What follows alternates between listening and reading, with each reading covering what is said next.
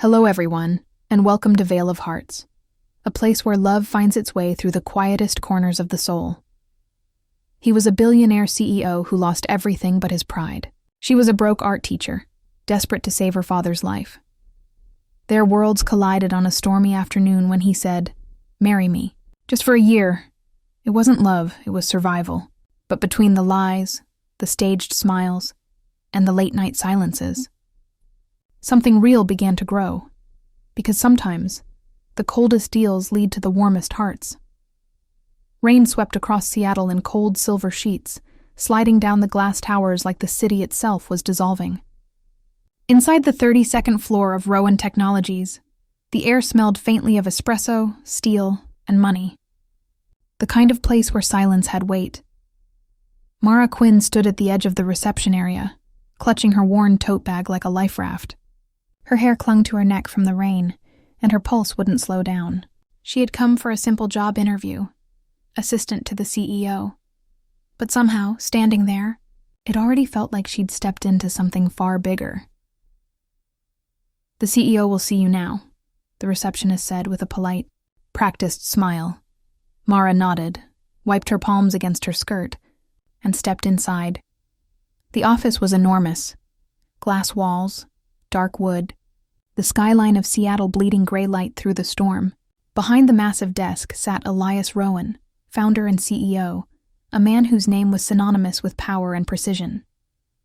He didn't rise when she entered. He couldn't. The wheelchair behind the desk was matte black, minimal, efficient, like everything else about him. "Miss Quinn," he said, his voice cool and measured. "You're late." Mara blinked at the clock. "I know, I came exactly at—" He lifted a hand. "Excuses waste time. Sit." His tone left no room for argument. She sat. The chair felt too soft, too expensive. Elias studied her like a puzzle, his gaze sharp, analytical, and disarmingly calm. "You applied for the position of personal assistant," he said. "Yes," she replied carefully. He leaned back, fingers steepled. "But I don't hire out of pity." Mara's brows furrowed. "I didn't ask for pity." Something flickered across his face. Approval, maybe, but it vanished too quickly to name. "No," he said softly. "You didn't." He paused for a moment, then asked, "Tell me, Miss Quinn, how desperate are you?" Her pulse skipped. "I beg your pardon?" "It's a simple question," he said evenly. "Desperation makes people do interesting things. I like to know which kind I'm dealing with." Mara hesitated. "I'm not desperate. Just out of options." A faint smile touched his mouth. "Good. Then you'll understand what I'm about to offer." He turned his tablet toward her. A legal document glowed on the screen, full of dense paragraphs and signatures waiting at the bottom. "Marry me," he said. Mara froze. The thunder outside hit a beat later, loud and final. "I'm sorry, what?" she whispered. "Marry me," Elias repeated calmly. For 1 year, she blinked. He wasn't joking. His tone didn't bend. "I don't understand," she said. "You don't have to," he replied. "You only have to listen." He slid the tablet closer. "The board is preparing to remove me as CEO. They think my accident has made me unfit to lead. A stable married man is harder to replace. A wife buys me time and credibility." Mara stared at him, unsure if she should laugh or run. "And what do I get out of this?" "Security," he said simply. "I'll pay your father's medical bills, your debts, and your living expenses for the next year.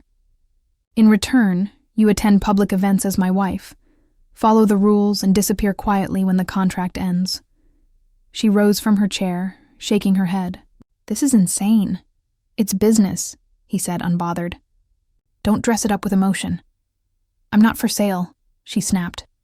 "Sit down," he said, calm, but firm enough to stop her mid-step. His voice carried authority born from years of command. "I read your file. Art degree. 2 part-time jobs, both gone. Rent overdue. A father with advanced heart failure." Her breath caught. "You had no right." "I have every right to know who I'm hiring," he said. "Especially if I'm offering marriage." The word marriage hung in the air like a spark in oxygen. He swiped across the tablet again. "Sign this, and your father's surgery happens tomorrow morning." Mara's heart thudded painfully. What are the rules? She asked quietly.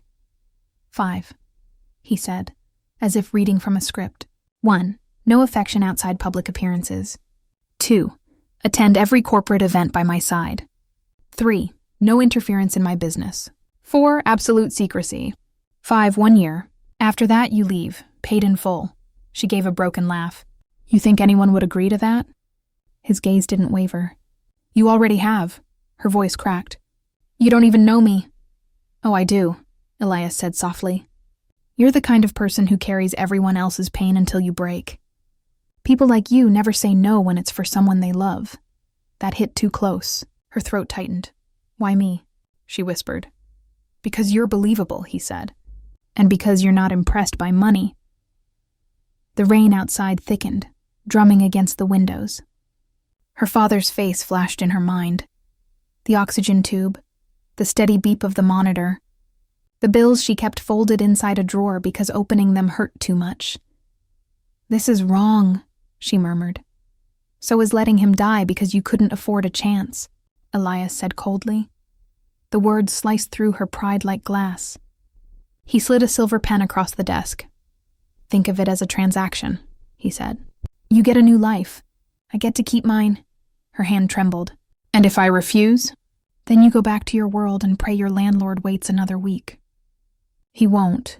Mara stared at the contract, the letters swimming in front of her. It wasn't just about money anymore. It was survival. The ugly, desperate kind that didn't leave room for dignity. Her breath shook as she picked up the pen. You're sure about this? Elias Rowan leaned back, eyes unreadable. I don't do anything unless I'm sure. The sound of ink on glass was louder than the storm outside. She signed her name, Mara Quinn. He took the tablet, added his own signature, then looked up at her. His expression didn't change, but his words landed like a verdict. Welcome to your new life. Mrs. Rowan, she stood there, heart hammering, unsure if she'd just saved her family or sold her soul. When she finally stepped out of the office, the rain hadn't stopped. The city outside blurred into streaks of silver light, as if the world itself had shifted slightly out of place. Her phone buzzed as she entered the elevator. A message from the hospital. Surgery approved. Tomorrow, 8 a.m. Her fingers tightened around the phone. It was done. Back inside, Elias watched the elevator numbers descend until the last light went dark. For a man who built empires on logic, he suddenly felt something dangerously close to doubt. The storm outside rolled across the sky, and somewhere between thunder and silence, two strangers had just rewritten both their lives. The rain had stopped by morning, but the city still wore its gray. A thin mist clung to the glass towers of Seattle, softening the sharp edges of the skyline. For Mara, the night's decision still pulsed in her chest like a bruise. She hadn't slept. Every time she closed her eyes, she saw his face, the calm certainty in his tone. Marry me. Just for a year.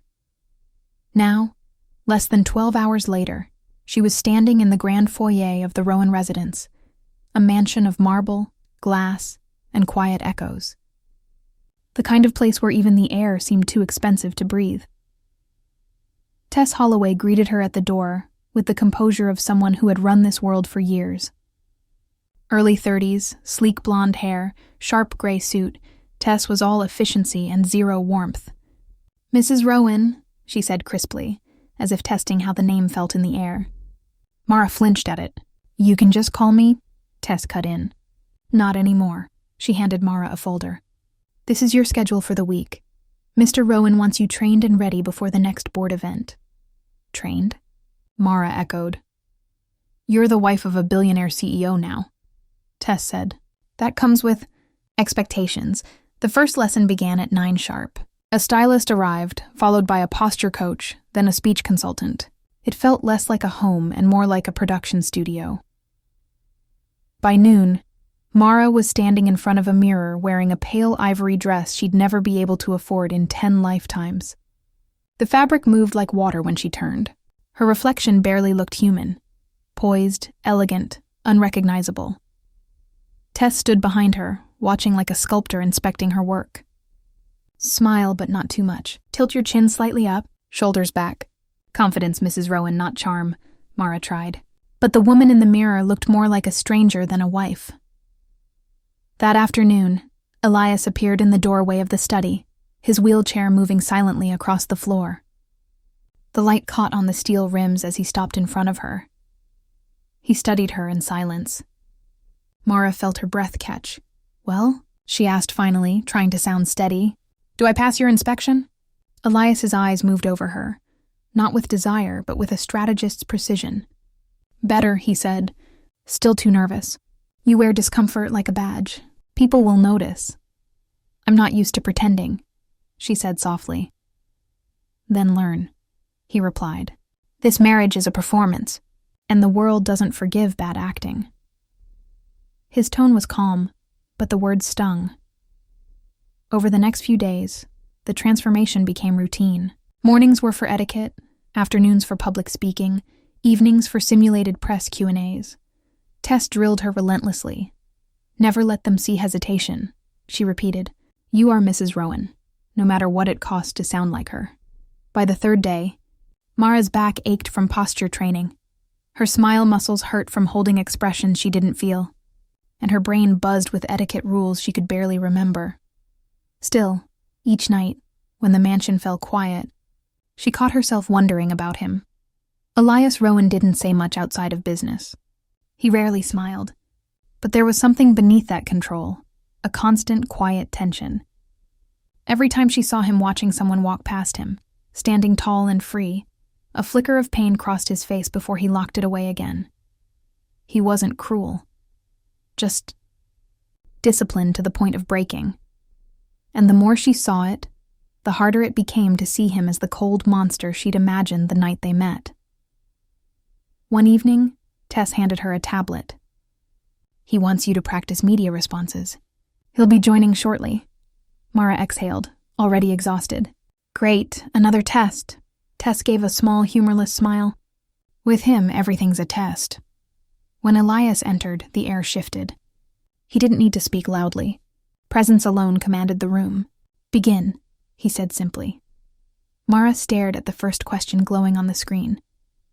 "Mrs. Rowan, people say your marriage was a surprise. How did you and your husband meet?"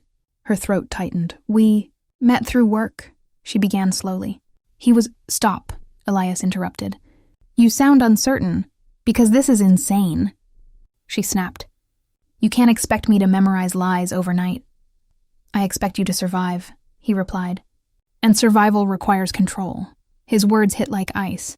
For a moment, she hated him. Then, to her own surprise, she also pitied him. Not for his wheelchair, but for the walls he'd built around himself so tightly that he didn't seem to remember what feeling human was like. Later that night, Mara found herself wandering down the quiet hallway. The house felt too big, too silent. She stopped outside his office door, hearing the faint hum of classical music and the steady clack of keys. Through the half-open door, she saw him, alone in the glow of a desk lamp, papers spread before him. His jaw clenched in quiet frustration as he reached for a file that sat just out of reach. His hand trembled once before he stopped trying. Something inside her shifted. She stepped forward without thinking, picked up the folder, and placed it on the desk. He looked up sharply. "I didn't ask for help. I know," she said quietly. "But you needed it." His expression tightened, pride flickering behind his eyes. For a long moment he said nothing. Then finally, "Don't mistake sympathy for kindness, Mrs. Rowan. I don't need either." "I wasn't offering sympathy," she said. "I was offering partnership." Elias froze, clearly unused to being challenged. Their eyes met, hers uncertain but steady, his unreadable, and something in that silence hummed, alive and dangerous. The following morning, Mara's reflection in the mirror startled her. The transformation was complete. Her hair was sleek, her posture straight, her voice steady when she spoke. The girl who once counted tips in a diner was gone. In her place stood someone else entirely. Someone who belonged beside Elias Rowan. When she walked into the study, he was waiting. His eyes flicked over her, then paused. "Better," he said finally. She smiled faintly. "I'll take that as a compliment." "Don't," he said. But the corner of his mouth curved just barely. It wasn't much. But for a man like Elias, it was almost tender. For the first time since signing that contract, Mara felt the faintest pull between them. Something neither of them could name, but both could feel. And though she told herself it was all just training, deep down, she knew the lessons were no longer one-sided. Because every time he looked at her now, Elias Rowan, the man who thought he could buy control, was learning something he'd forgotten long ago, what it felt like to be seen. The night of the gala arrived with the kind of precision only the wealthy could afford. Outside the Grand Seattle Hall, luxury cars lined the street like polished armor, their engines humming beneath the drizzle. Inside, chandeliers spilled gold, light across marble floors, and every guest sparkled under it. Money disguised as elegance. For Mara, it felt like stepping into another universe. She had been through 2 weeks of endless lessons, how to walk, speak, smile, even breathe like she belonged. But nothing in Tessa's training could prepare her for the weight of 1,000 eyes waiting to judge her every step. The limousine door opened. A rush of cold air swept in. Elias Rowan turned to her, his black tuxedo sharp against the silver gleam of the rain outside. "Ready?" he asked, voice calm as always. "No," she whispered. He gave the faintest hint of a smile. "Good. Honesty suits you." Then he offered his hand. Not out of courtesy, but out of necessity. She took it anyway. His grip was firm, steady, grounding. Cameras flashed the moment they appeared. The rain glittered in the light like shattered glass as Elias's wheelchair rolled forward, Mara walking beside him in a deep emerald gown that shimmered with every step. Reporters shouted their names, microphones thrust forward like weapons. "Mr. Rowan, is this your wife?" "Mrs. Rowan, how long have you been married?" She felt her pulse quicken, but she forced a smile, just as Tess had drilled into her. "Stay calm," she whispered, to herself more than to him. Elias's voice cut through the noise, measured and smooth. "My wife prefers quiet to spectacle. But yes, she is here with me tonight." The cameras exploded with light. Inside, the ballroom glowed with warmth and champagne. Waiters drifted like ghosts through the crowd, carrying trays of golden drinks.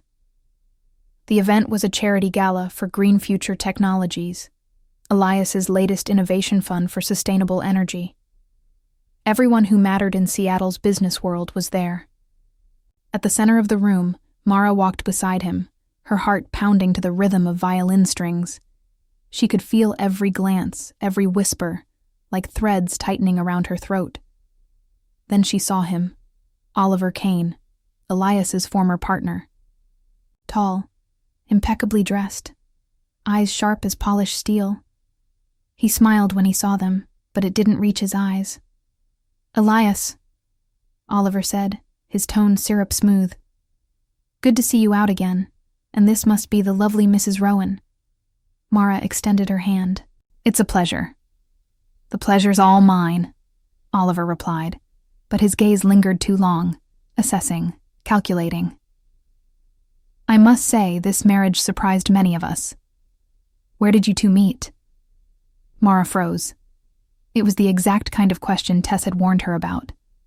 But this time, Elias didn't answer. He was watching her, waiting, testing. Mara inhaled slowly. Then she smiled, effortless, natural. "In a library," she said, "between the shelves. He was searching for something technical. I was sketching between torn pages. I guess we both found what we weren't looking for." The answer hung there, light and poetic, yet believable enough to silence the whispers. Even Oliver's smirk faltered for half a second. "Charming," he said finally. "Very cinematic." Elias's voice came low beside her. "It was a good story, wasn't it?" Mara didn't look at him, but she heard the faint amusement in his tone, a private acknowledgement that she had passed another test. Dinner came and went in a blur of laughter and gossip.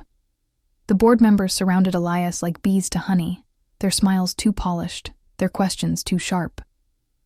Mara sat at his side, nodding when expected, her pulse steady now, until one of them, a woman in diamonds and disdain, leaned forward with a thin smile. "Mrs. Rowan," she said sweetly, "forgive my curiosity, but you seem so different from Elias. Some of us can't help wondering what exactly drew him to you." The table went quiet. Silverware stilled. Mara opened her mouth, but Elias spoke first. He didn't raise his voice, but the power in it silenced the entire room. "I didn't marry her because she's perfect," he said, eyes steady on the woman. "I married her because she's real, because she doesn't pretend." The air shifted, like the whole ballroom had stopped breathing. Then he turned his gaze toward Mara, and for the first time, it wasn't a performance. There was something softer there, something she couldn't name.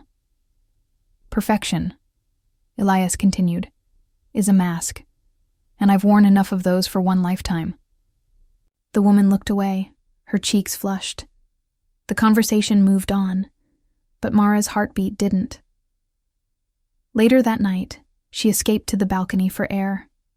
The rain had turned to mist, wrapping the city in silver fog. She leaned against the railing, letting the chill clear her mind. She still didn't know what to make of him, the man who had turned her life into a contract, who could cut with words but shield her in the same breath. Footsteps, soft and slow, approached behind her. "You handled them well," Elias said quietly. She turned. He was there in the doorway, the glow of the ballroom behind him. "Was that another test?" she asked. "Everything is," he said simply. She smiled faintly. "And did I pass?" He looked at her for a long moment before replying. "You didn't flinch. That's rare." "Maybe I'm learning," she said. He nodded. "Or maybe you're stronger than you think." The silence that followed was heavier than words. The mist curled around them, softening the world. When she looked into his eyes, she saw not the billionaire strategist or the cold CEO, but a man quietly fighting to stay whole in a world that kept taking pieces of him. And somewhere in that silence, something shifted. For the first time, Mara didn't just feel trapped in the deal. She felt seen. Elias's voice broke the moment, low and steady. "Get some rest, Mrs. Rowan. The world will be watching us even closer now." She nodded, but her chest ached as she watched him turn back into the light. Because deep down, she knew that between them, the act was already starting to feel too real.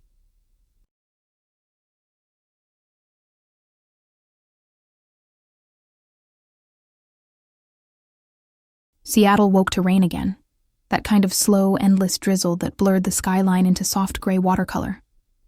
Inside Rowan Tower, the world had turned sharp. By the time Mara opened her eyes, her name was already plastered across every major outlet in the city. Her phone buzzed nonstop on the nightstand, notifications stacking faster than she could breathe. Tess appeared at the door, face pale but composed. "Don't check your phone," she said.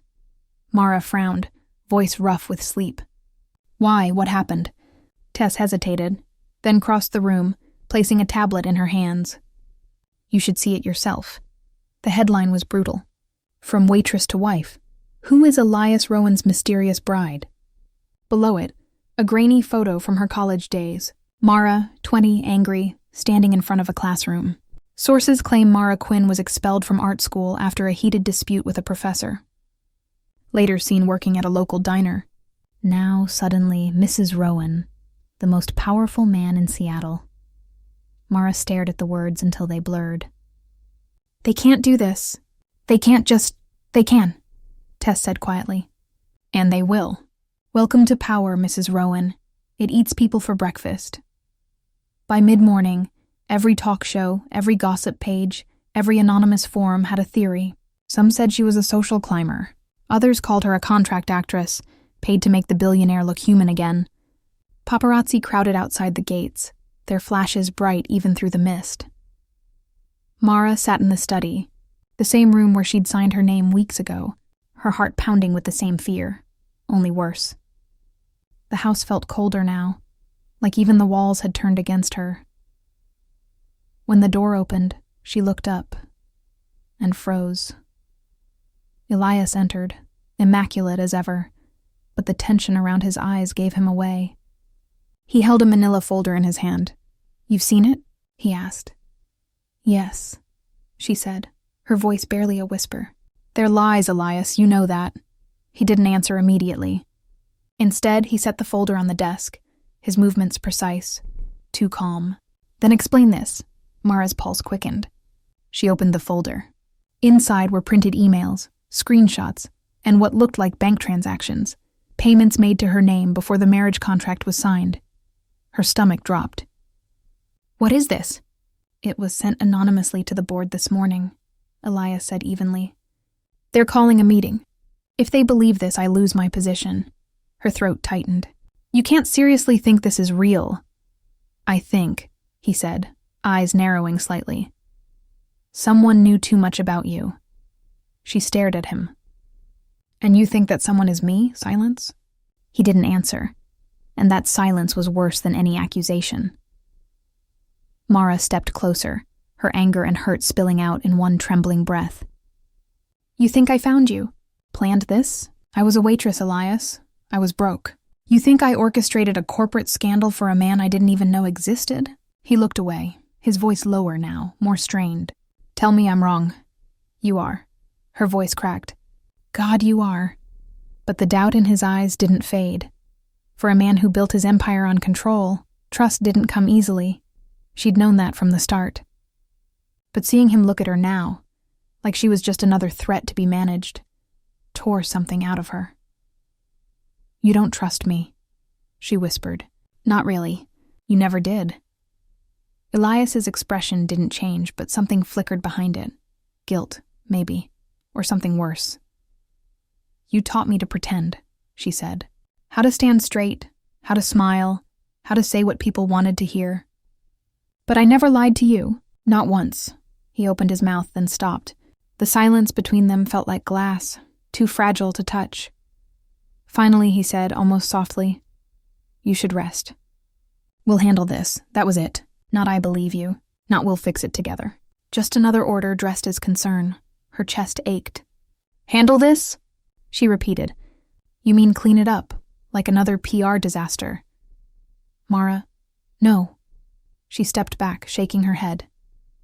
"You don't get to say my name like it means something. You don't get to make me your mistake." Her gaze fell to the silver pen still resting on his desk, the same one she'd used to sign her life away. For a moment, she thought about throwing it at him. Instead, she whispered, "Congratulations, Mr. Rowan. The contract worked. You got your perfect illusion." And then she turned and walked away. Outside, the rain had turned heavy, slicing through the air like needles. Cameras flashed as she stepped through the front gate, coat clutched tight around her. "Mrs. Rowan, are the rumors true? Were you hired to save his image? Did you trick him into marriage?" She kept walking, jaw tight, eyes fixed ahead. At the corner, she stopped beneath a streetlight. Her reflection shimmered in a puddle below. The makeup running, her hair plastered to her face, the CEO's wife, stripped away, until only the old Mara remained. Her phone buzzed again. She glanced at the screen, another headline. "Anonymous insider confirms Rowan marriage was a PR stunt."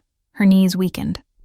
She leaned against the railing of the bridge, looking out over the water, the city lights smearing into gold and gray. For the first time since this began, she wondered if maybe the world was right. Maybe she was a fool to believe this could ever be real. Meanwhile, back in Rowan Tower, Elias sat alone in his office. The file still lay open on his desk. He read the forged emails again and again, his mind replaying every moment, every time she'd met his gaze without flinching, every answer she'd given without hesitation. He wanted to believe her. He really did, but belief was a luxury he'd long forgotten how to afford. The thunder rolled outside, distant but steady. He closed the file and stared at the rain streaking down the glass. For the first time in years, Elias Rowan wasn't sure which was worse, losing his company, or losing the only person who had made him feel alive again. The rain had become a habit now, tracing endless lines down the glass walls of Rowan Tower. Days had passed since Mara left, but the echo of her absence was louder than any storm. Elias's world, once governed by rules and order, now felt weightless, like gravity itself had given up on him. Everywhere he looked, he saw the ghost of her. The delicate scarf she left draped over the arm of the sofa, her sketchbook open on the coffee table, a pencil frozen mid-drawing. She used to hum while she worked, soft, tuneless, human. The silence she left behind was unbearable. He hadn't gone to the office. The board had already begun tearing into him, demanding explanations, calling emergency meetings. The company's stock dipped 3% in a single day, and his inbox filled with urgent messages from lawyers and PR teams. He ignored them all. What was there to defend? The company could survive without him. But Mara? She had been the one thing he didn't know how to replace.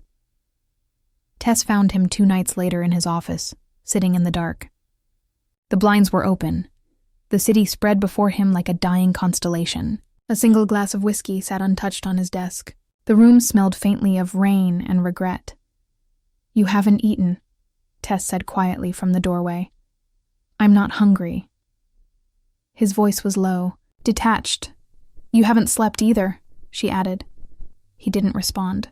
His gaze remained fixed on the window, where raindrops gathered and raced down the glass, chasing each other into nothingness. Tess hesitated, then stepped forward. "Elias, there's something I need to tell you." He turned slowly, and the look in his eyes, cold, hollow, tired, made her flinch. "Go on. It's about Mara," she said. "About the file, the fake records." His brow furrowed. "What about them?" "It was me," Tess whispered. "I helped Oliver put it together." For a moment, he didn't react. The words seemed to hang in the air, too heavy to fall. Then, slowly, he pushed his chair back, the wheels creaking in the silence. "Explain," he said, voice like a blade. Tess swallowed hard. "He told me it was just background verification, standard procedure for all new hires. I didn't question it. I formatted the data, cleaned it up, made it look official. When I realized what he was doing, it was too late. The files were already sent to the board." Elias stared at her for a long time. "You knew," he said finally. "You knew, and you let it happen." "I didn't know what he'd turn it into." "You're my head of operations," he said, voice shaking with restrained fury. "You knew exactly what forged evidence would do to her." To me, Tess looked away. "You wouldn't have believed her anyway." The truth of it landed like a slap. Elias froze. Tess's words weren't cruel. They were honest. Brutally honest. "You trusted the wrong people," she said quietly. So did she. He closed his eyes, jaw tightening. The image of Mara crying in that office replayed again and again, the way she said, "You don't get to say my name like it means something." He had looked at her with doubt, when all she wanted was to be believed. "I ruined her," he said softly, almost to himself. "No," Tess said. "You just didn't fight for her. Oliver did the rest." Elias turned toward her, his voice low. "Where is he?" Tess hesitated. "He's already left for San Francisco. He's negotiating with the board, trying to position himself as interim CEO." Elias's expression hardened. Of course he is. That night, sleep refused him. He sat by the window, watching the rain blur the lights of the city. He'd always believed that emotion was weakness, that attachment was the death of logic. But Mara had shattered that belief simply by existing. She'd walked into his ordered world, unpolished and imperfect, and somehow made it human again. She hadn't needed saving. She had only wanted understanding, and when she needed him most, he had chosen doubt over faith. At 3 a.m, he reached for the tablet she used to leave notes on. Her sketches were still there. Quick, messy outlines of the city skyline, a cup of coffee, and one small drawing of his hand resting on the desk. Underneath it, she had written a single word: alive. He closed his eyes, pain pressing against his ribs. By dawn, Elias Rowan had made his decision. The next day, the city buzzed with whispers. The CEO is holding a press conference. Nobody knew why. The rumor spread faster than truth ever could. Reporters gathered in the atrium of Rowan Technologies, the air thick with anticipation. When Elias finally appeared, he looked different. There was no polished armor this time, no tie, no carefully rehearsed smile. Just a man in a black suit who looked like he had been hollowed out and rebuilt overnight. He walked to the podium, the hum of voices dying instantly. "I owe you the truth," he began. His voice was steady, calm, but there was a roughness underneath, something real. Yes, there was a contract. My marriage to Mara Quinn began as a legal arrangement. A ripple of shock moved through the room, followed by the frantic clicks of cameras. He raised a hand, silencing them. But what the world has twisted into scandal began as something far more complicated. I asked her to marry me, not for love, but for survival. She agreed because she needed help. It was a transaction. "I won't deny it," the reporters murmured, but he didn't flinch. "But what no one seems to understand," he continued, "is that somewhere along the way, the deal stopped being business. She didn't manipulate me. She didn't use me. She didn't even like me at first. But she taught me something no one in this room ever could." He paused, searching for words. "She taught me how to be human again." The silence in the hall deepened. Every word hit like a confession years in the making. "For most of my life," Elias said, "I thought emotion was weakness. I built an empire on precision, efficiency, and control. But Mara, she came into my world with nothing, and she never pretended to be anything more than herself. She made mistakes, she fought, she broke rules, but she was real, and maybe that's what terrified me most." He looked up, meeting the eyes of the cameras head-on. "When the world turned against her, I was supposed to protect her. Instead, I let doubt win, and in doing so, I lost the only person who ever saw me as something other than a name or a number." He took a slow breath, voice thick but unwavering. "So yes, there was a contract. But what she gave me, her strength, her honesty, her heart, that was never part of it. And it's the only thing I wish I could have kept." Reporters froze, stunned. Some tried to shout questions, but security kept them back. Elias stepped away from the podium, ignoring the chaos behind him. For the first time in years, he felt weightless. Not because he was free of the scandal, but because he had finally told the truth. Outside, the rain had stopped. The sky was still gray, but streaks of pale light began to pierce through, scattering across the wet pavement. Tess met him at the exit, her expression unreadable. "That was either the bravest thing you've ever done," she said, "or the stupidest." "Maybe both," he replied quietly. "She'll hear it," Tess said. "You know that, right?" Elias nodded. "That's the point." He stepped outside, breathing in the sharp air. The city smelled of rain and redemption. For the first time in weeks, he let himself hope. Across the city, in a small apartment overlooking the Sound, Mara sat curled up on a couch, the TV flickering in the dark. She hadn't meant to watch, but when the news anchor said his name, her hand moved on its own. Liv from downtown Seattle, Elias Rowan breaks his silence. She froze when she saw him. His face pale, eyes tired, but voice strong. Every word hit her chest like a heartbeat. She had tried too hard to silence. When he said, "She taught me how to live again," her throat tightened. By the time he said, "What she gave me wasn't part of the contract," tears were already sliding down her cheeks. She pressed her palm to her lips, a sob catching halfway between heartbreak and relief. He had finally said it, not as the CEO of Rowan Technologies, but as a man who had finally learned to feel. Outside, the first real sunlight in days spilled across the bay. The rain was gone, leaving only the smell of salt and quiet renewal.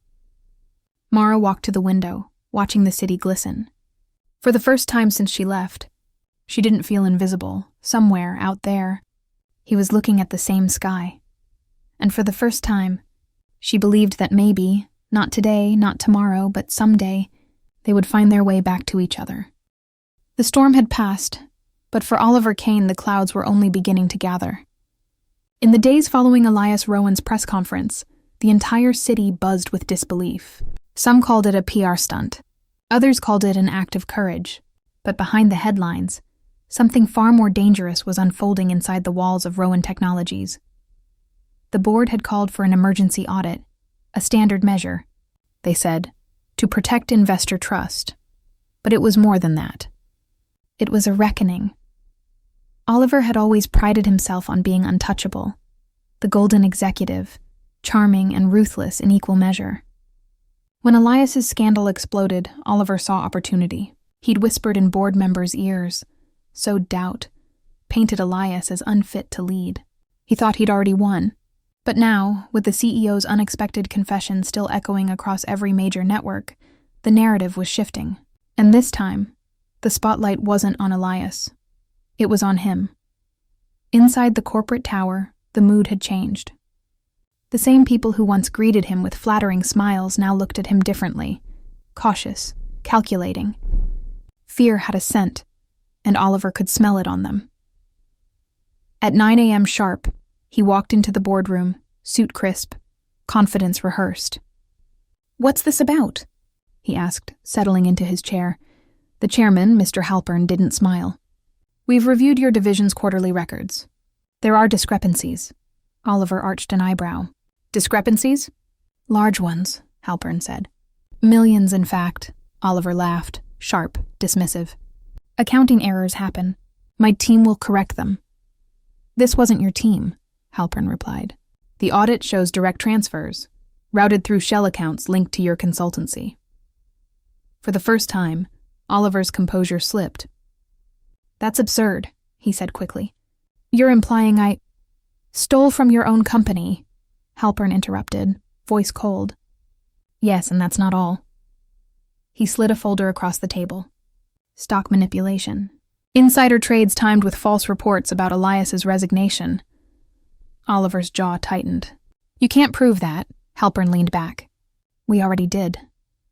The meeting ended not with shouting, but silence, the kind that feels like the air before a blade falls. Security waited at the door when Oliver stood to leave. The gold nameplate that once bore his title, Executive Vice, President, was already gone. News broke within hours. Oliver Kane under. Investigation for corporate fraud and market manipulation.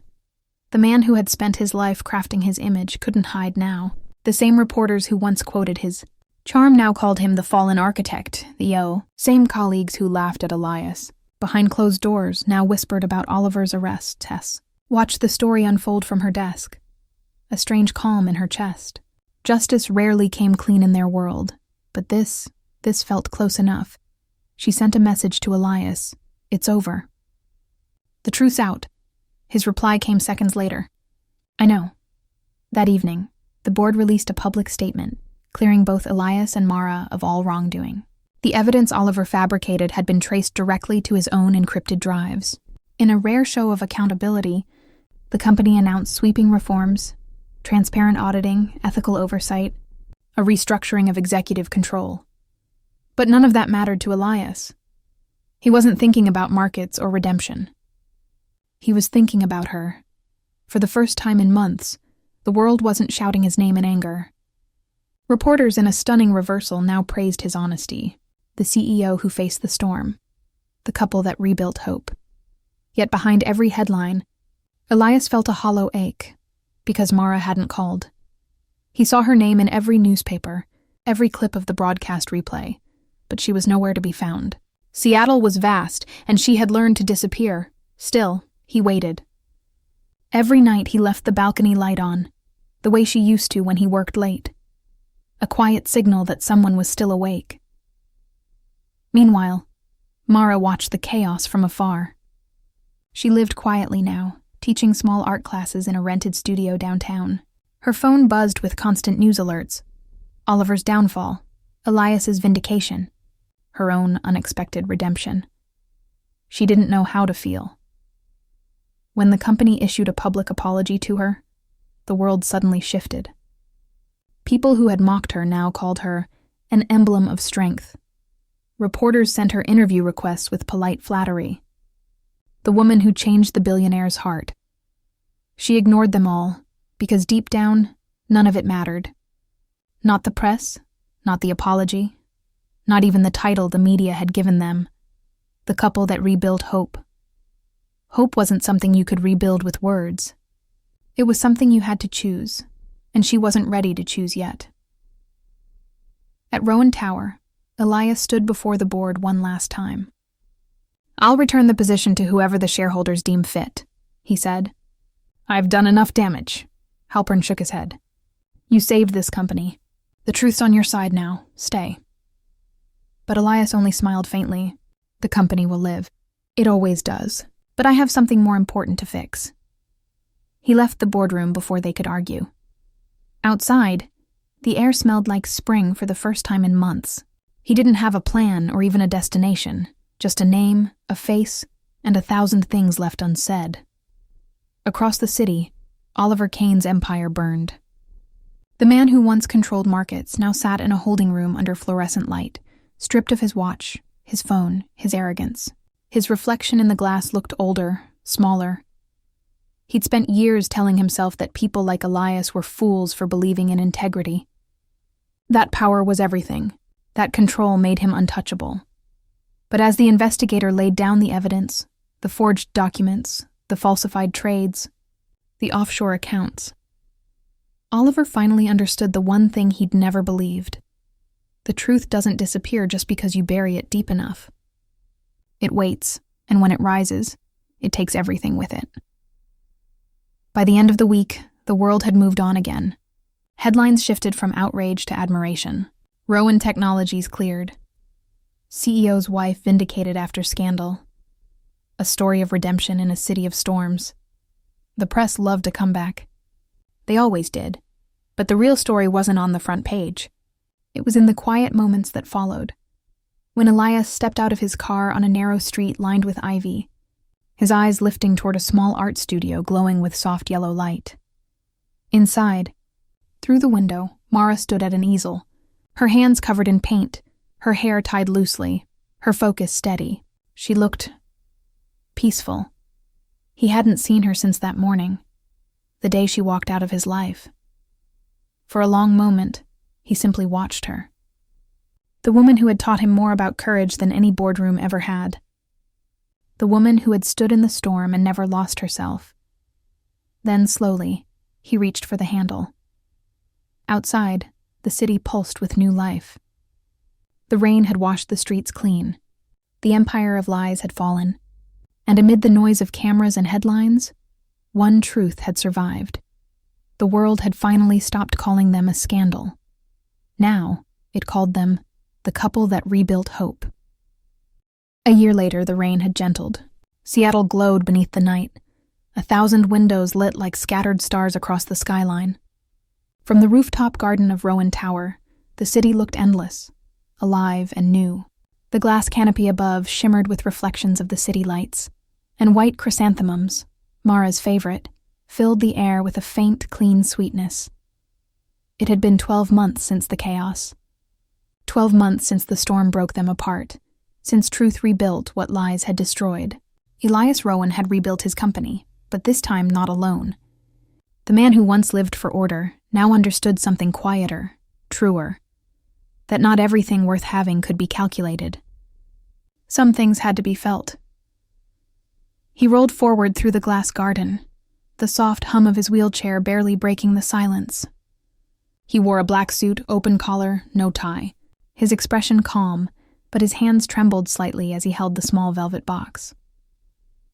Mara stood at the far end of the garden, her hair loose, her dress simple and pale as moonlight. The city breeze played with the hem of her gown, and for a moment, she looked like part of the night, grounded and yet impossible to reach. When she turned and saw him, her smile came slow and real. "You found me again," she said softly. He smiled back, eyes warm. "You make it sound like I ever stopped looking." They met halfway, under the glass dome where the rain once fell the night she signed their contract. Now only stars looked down. For a moment they said nothing. The silence wasn't heavy anymore. It was full. Elias's voice broke at first. Do you remember the first time we stood here? Mara nodded. I remember thinking you were impossible. He laughed quietly. You weren't wrong. He paused, taking a breath. That day, I asked you to marry me because I needed to keep control. I thought love was just another deal to be negotiated. And somehow you agreed. Maybe you were desperate. Maybe you were crazy. But you said yes. I did, she said softly. And I regretted it for exactly one night. His gaze lifted to hers. Just one? Just one, she said, smiling faintly. Because by the second day I realized you weren't impossible. You were just scared. He swallowed hard. The man who had once faced entire boardrooms without flinching now couldn't hold her gaze without his chest tightening. I was, he admitted. I was terrified of you, of what you made me feel, of being seen for what I really am. Mara reached out, brushing her fingertips against his hand. And what are you now? He looked down at her fingers intertwined with his, then back into her eyes, clear, steady, full of light. Someone who doesn't want to hide anymore. Then, slowly, Elias set the box on his lap, opened it, and took out a simple gold ring. The motion was clumsy. His hands weren't as steady as they once were, but the sincerity in his eyes didn't waver. Mara Quinn, he said, voice low but unwavering. A year ago, I asked you to marry me because I needed you to save my life. Tonight, I'm asking you again. But this time, because you are my life. Mara's breath hitched. Elias! He shook his head gently, eyes glistening. The first time I offered you a contract, papers, rules, conditions. Tonight, I have nothing to offer but myself. He took a shaky breath, his voice deepening. For the first time, I don't need a contract to believe in something. I just need you. Her hand went to her mouth, tears slipping down her cheeks before she could stop them. He smiled, soft and full of quiet relief. So if you'll let me, I'd like to make you my wife again. No signatures, no terms, just love. For a moment, the world seemed to hold its breath. The wind brushed through the glass dome, scattering the petals of white chrysanthemums through the air like snow. The city hummed below, lights shimmering off every raindrop clinging to the glass. Mara knelt in front of him, her tears mixing with her laughter. You're terrible at speeches, she whispered. He laughed, too, a sound unguarded, human, alive. I've had worse feedback. She took the ring from his trembling hand and looked at it for a long moment before sliding it onto her finger. Yes, she said simply. 1,000 times, yes. Elias let out a slow, uneven breath, the tension leaving his shoulders. He reached for her hand, held it tightly, and whispered, Thank you. She leaned closer, resting her forehead against his. No, she murmured. Thank you, for finally letting me love you without permission. The city lights reflected in the glass above them, soft and golden. Somewhere below, traffic moved, life went on. But up here, in the garden where their story began, time seemed to stop. He lifted her hand to his lips and kissed it gently. You saved me, he said. She smiled through her tears. No, she whispered. We saved each other. The rooftop filled with the sound of quiet laughter, the rustle of petals, the hum of the city beneath them. There were no guests, no cameras, no contracts. Just two people who had finally found their way back to something real. Later that night, as they stood side by side under the glowing glass dome, the rain began again, not heavy, just soft, cleansing. Mara tilted her face toward the sky, letting the drops kiss her skin.